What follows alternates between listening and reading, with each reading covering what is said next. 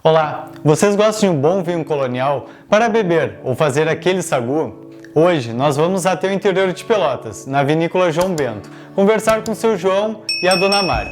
Eles irão contar um pouco sobre a sua história e sobre a produção de vinhos que ocorre em sua propriedade desde 1888. Então pega o teu vinho e bora pro vídeo!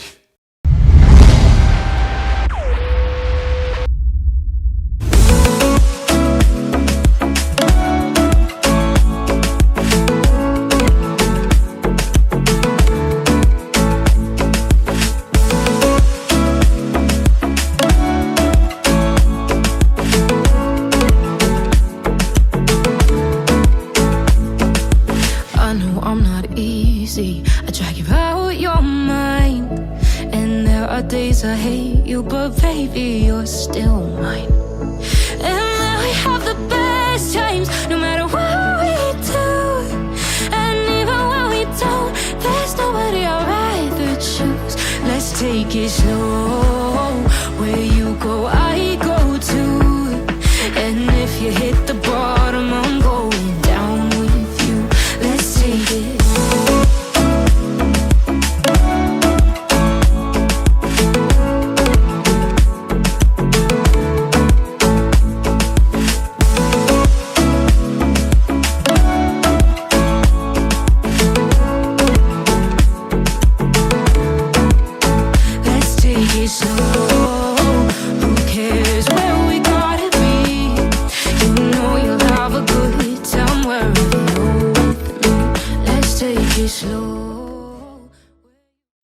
Chegando aqui eu percebi que esse é um lugar repleto de histórias. Temos algumas escolas antigas, a fiação férrea, a adega de 1888 que está na propriedade. Então me contem um pouco dessa história e como surgiu essa colônia. Bem, do tempo dos avós nossos, nos contavam sempre essa história.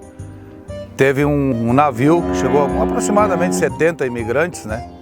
Que são as famílias tradicionais que tem italiana da região. E aí todos eles moravam embaixo de um barracão, assim, uma espécie de um barracão. É um lugar para eles terem onde morarem, né? Aí o governo foi distribuindo as propriedades para eles. Conforme foi a distribuição das propriedades, eles foram vindo. Inclusive aqui é uma das primeiras propriedades que o governo distribuiu, né? Aí eles foram montando essas residências, suas casas, foram se instalando. Aí, inclusive a minha avó chamava Vila do Barracão, porque tinha essa barraca que eles moravam, essa barraca morava todos juntos, né? Aí ficou esse Vila do Barracão. E quanto tempo depois eles saíram desse barracão? Um ano. Um ano depois? Uhum. Ficaram um ano, em torno de um ano nesse barracão. E como os italianos acabaram chegando aqui? Na época das guerras, de dificuldades lá pela Itália e tal, né? Aí tinha algumas promessas na América, que a América era muito produtiva. E os governos daqui também se interessavam, porque eles queriam colonizar aqui, né? Aqui é a Serra dos Tapes, a nossa serra aqui, né? Certo. Então eles jogaram os italianos para aqui, para essa serra, para colonizar a nossa serra. E tem outras colônias italianas na região? Não, a nossa colônia italiana aqui na região sul é a única. E vocês estão fazendo um museu na adega da propriedade? Esse museu vai a partir da história do vinho, né? Como acompanha o vinho, eu acho. O vinho é uma coisa que é uma história também, né? E aí a gente começou a juntar algumas coisas antigas, assim, algumas peças. E não chega a ser um museu, mas já está próximo a um museu, já tem alguma coisa. E a adega da propriedade é de qual ano e qual família? Aqui a adega nasceu no ano da construção desse prédio, que dá para ver ao fundo aí, esse sobrado de pedra, né? Ele é de 1888. A história conta aqui que a partir daquele momento tinha produção de vinho embaixo e em cima é a moradia, moravam, né? Daí em diante tudo diz que sempre teve vinho na propriedade. Então desde 1888 a adega sempre teve vinho? Sempre teve vinho na propriedade. E no projeto de museu de vocês, são ferramentas que já tinham ou foram sendo adquiridas com o tempo? A maioria das ferramentas nossas que a gente usa aqui, que tem no museu, era da propriedade, né? E algumas que a gente não tinha na propriedade, a gente adquiriu de fora. Mas a maioria é da propriedade. Então, Mari, como foi a chegada aqui? Você nasceu nessa propriedade? Na verdade, eu nasci numa propriedade vizinha, que era... Meu bisavô era imigrante italiano, eu nasci lá, vim para cá com 4 anos de idade. Então, os seus pais vieram para cá primeiro? Isso. E quando eles vieram para essa propriedade, qual era o foco deles? A agricultura, né? Na época se plantava de tudo, né? E eles começaram a plantar pêssego também e faziam vinho, porque aqui já tinha o parreiral, né? Então eles deram continuidade à fabricação do vinho, consumo da casa e para vender alguma coisa também. E hoje em dia, vocês têm produção de uva aqui? Não, só de vinho. Então desde essa época já se produzia vinho com seu pai? Com meu pai, Mari, qual o sonho da sua mãe para você e suas irmãs? A ser professora. E ela realizou esse sonho. Nós, as 3 filhas mulheres, né, formamos professoras. E ela te ajudou a aprender a ler? Com certeza. Na época, né, se soletrava, não era esse método de agora, era soletrado. E ela soletrava para mim as letras para mim aprender a ler. Eu tinha 5 anos. Não, ela não sabia ler, era analfabeta. Mesmo não sabendo ler, ela te ensinou? Mesmo não sabendo ler. Eu tinha 5 anos de idade, que não era comum na época ir para a escola com 5 anos, né? E tinha escola aqui quando vocês chegaram? Quando nós chegamos, sim, mas quando os imigrantes chegaram, não. Aí não tinha, né? Em 1888, bom, não tinha nada. Aí depois, em 1915, foi feita a primeira escola. Era uma escola particular, de pau a pique e tal, não funcionou porque não teve frequência. Aí depois dessa foi feita uma estadual, também não deu certo, foi transferida daqui. E 17 de agosto de 1928, foi inaugurada a Escola Garibaldi, né, que funciona até hoje, né. E quem construiu essa escola? A primeira foi os imigrantes. O segundo prédio, que aí depois passou a ser o ginásio, até 1974, era só até a 5ª série, né? Aí depois, em 1974, daí então foi construído um prédio para ter o ginásio, que era como era chamado na época, né? Aí foi os integrantes das comunidades aqui, né? Da comunidade católica, da anglicana, da evangélica, né? Luterana, que construíram, né? Com doações. Seus pais participaram dessa construção? Muito. Meu pai e a minha mãe trabalhando em casa, né? E muitos moradores aqui da região toda aqui, né? Trabalharam, né? Nesse sentido.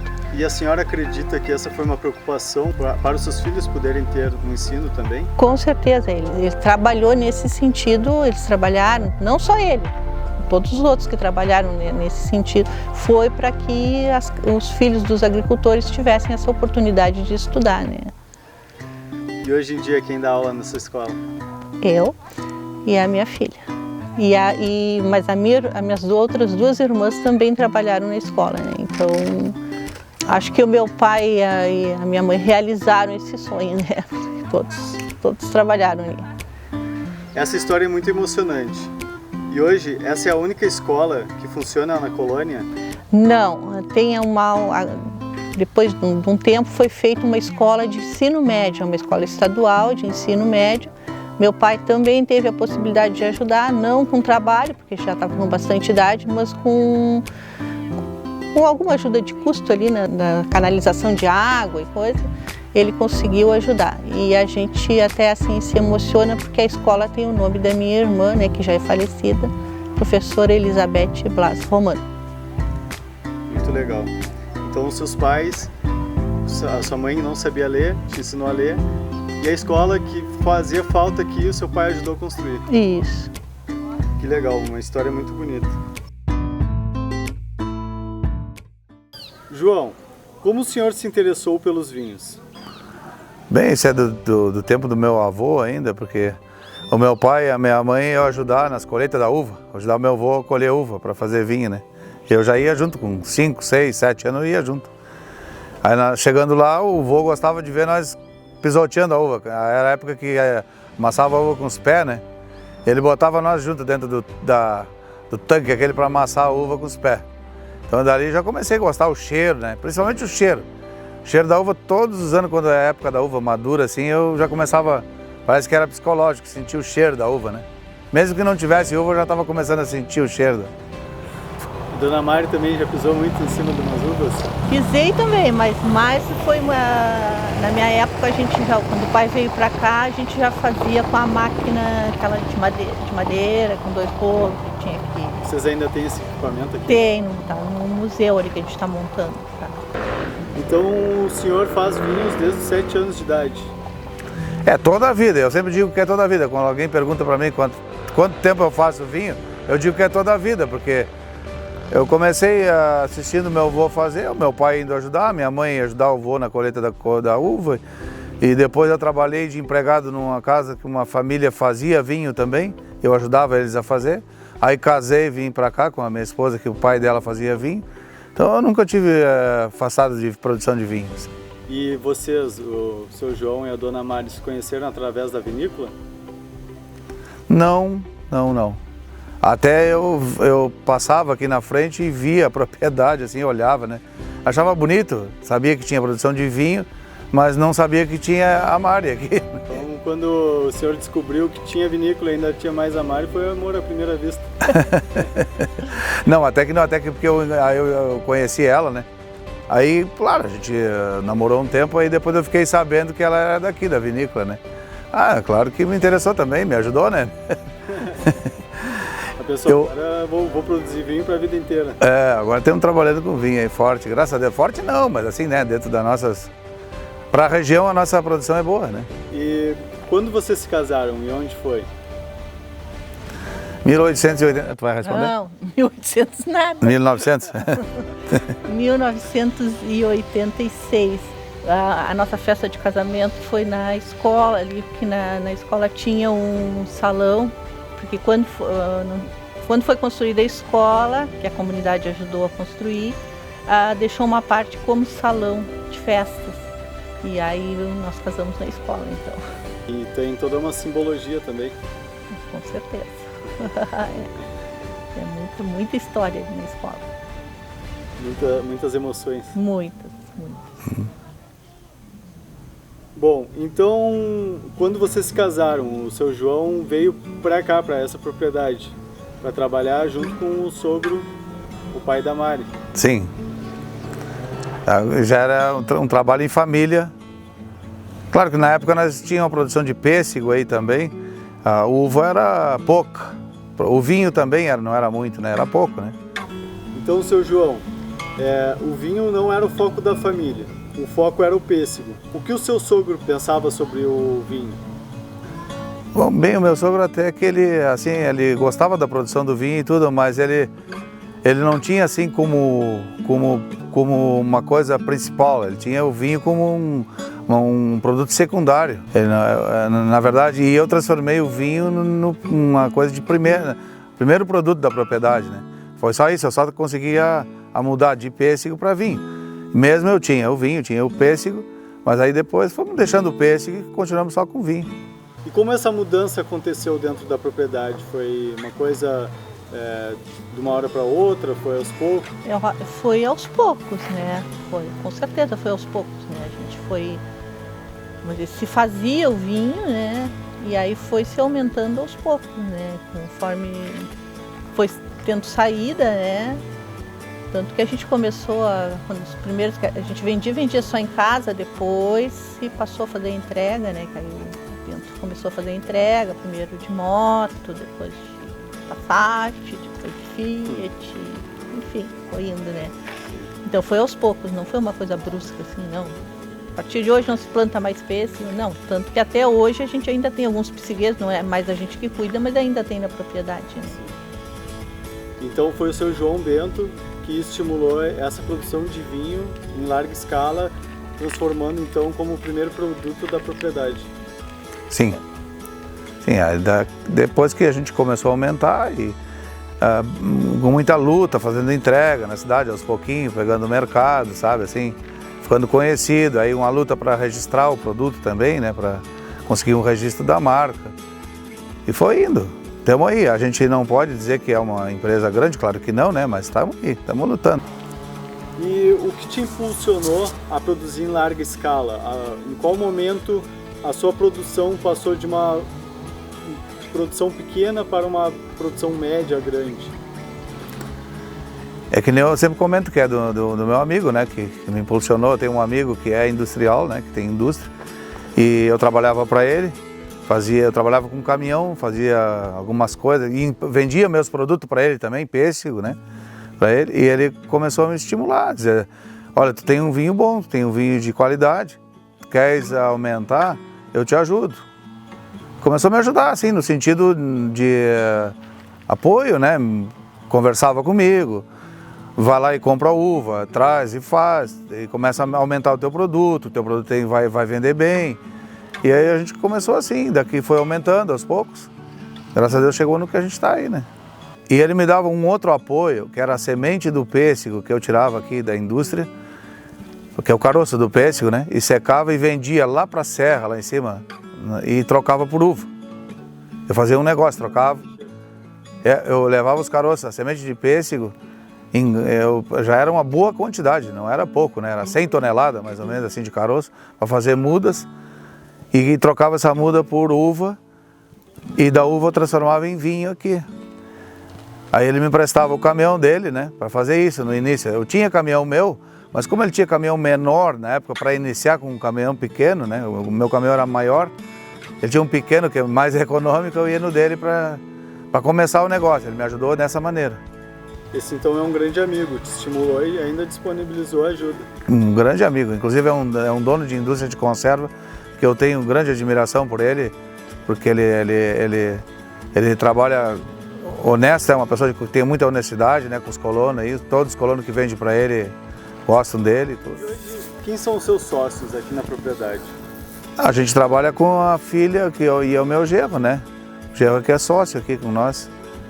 Ele já faz parte da sociedade, a gente já dividiu com eles para eles trabalhar junto, porque como a gente trabalha mais, é familiar, né? Então, empregado a gente tem uma só, né? Uma funcionária só. Eu e ele é funcionário. E mais a esposa e a filha que ajuda também, né? Quando eles conseguem, eles trabalham na escola. Quando eles conseguem, eles nos ajudam também. E estamos tocando dessa maneira. Então, essa história de amor com a vinícola contagiou seus filhos e a produção está garantida para a próxima geração ainda. Se Deus quiser, se Deus quiser. Amém. E a netinha já gosta também, né? Gosta de olhar, de bater nas pipas, de ver se está cheia, se está vazia. Eu ensino ela a ver qual é a pipa que está cheia, qual é que está vazia, para ela ver, né? Ela tem 2 anos e meio, já vai ver, sabe qual é as pipas que está cheia, que está vazia, que está fermentando, que não está. Então, de repente, vai estar garantido já para a 4ª geração também. Se Deus, amém. Então, João e Mari, eu sou muito grato por ter compartilhado esses momentos com vocês. Eu tenho muito mais que eu poderia ter falado, mas tive que resumir para a história caber num vídeo. Eu sinto o amor envolvido e o quanto vocês prestigiam e respeitam essa história. Eu fico feliz de estar aqui com vocês e saber que a empresa João Bento está garantida pelas próximas gerações com seus filhos e agora também, talvez, com a sua neta. Muito obrigado. Muito obrigado. Eu que tenho a agradecer a vocês aí também. Muito obrigada. Fico muito feliz de poder estar contando essa história. Muito obrigado pela oportunidade.